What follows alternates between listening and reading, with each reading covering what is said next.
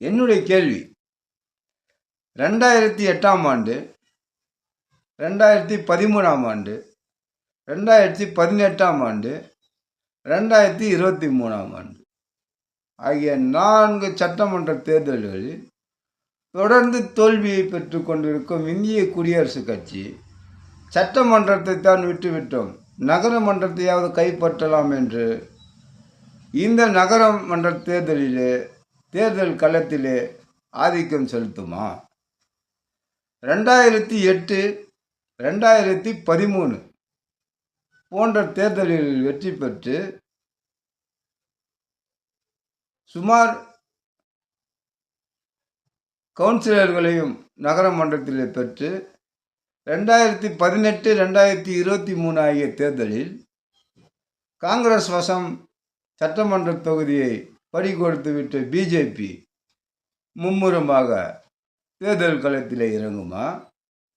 இல்லை 2018, 2023 ஆகிய தேர்தல்களில் வெற்றி பெற்று நகர சபையையும் கைப்பற்றி இப்பொழுதும் நகர சபையை தன்வசப்படுத்தி கொண்டிருக்கின்ற காங்கிரஸ் கட்சி மீண்டும் நகரமன்றத்தை தக்க வைத்துக் கொள்ளுமா?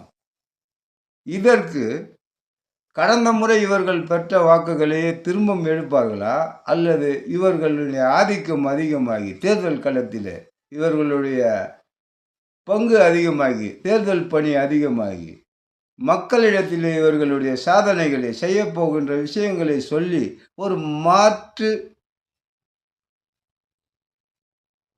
அபிப்பிராயத்தை மக்கள் மத்தியில் ஏற்படுத்தி தங்கவயல் நகர சபையை இவர்கள் தக்க வைப்பார்களா? யார் தங்கவயல் நகர சபையை கைப்பற்றுவார்கள்? கிட்டத்தட்ட தங்கவயல் நகர சபையில் 35 கவுன்சிலர்கள், 35 கவுன்சிலர்களில் 18 கவுன்சிலர்களை ஜெயிக்க வேண்டும். 18 கவுன்சிலர்கள் வெற்றி பெற்றால்தான் தங்கவயல் நகர சபையை பிடிக்க முடியும். எம்எல்ஏக்கு ஒரு ஓட்டு, எம்பிக்கு ஒரு ஓட்டு இருக்குது, அது அப்புறம். ஆனால் 35 கவுன்சிலர்களில் 18 கவுன்சிலர்கள் இருக்கணும். இருந்தால் தான் தங்கவயல் நகர சபையை கைப்பற்ற முடியும். 18 கவுன்சிலர்களை கைப்பற்ற போவது யார்? இதற்கு நான் ஏற்கனவே ஒரு உதாரணம் சொல்லிவிட்டேன். நடந்து முடிந்த தேர்தலுக்கும் இந்த தேர்தலுக்கும் சம்பந்தம் இருக்குமா, இல்லை நடைபெற போகும் தேர்தலுக்கும் இதுக்கும் சம்பந்தம் இருக்குமா?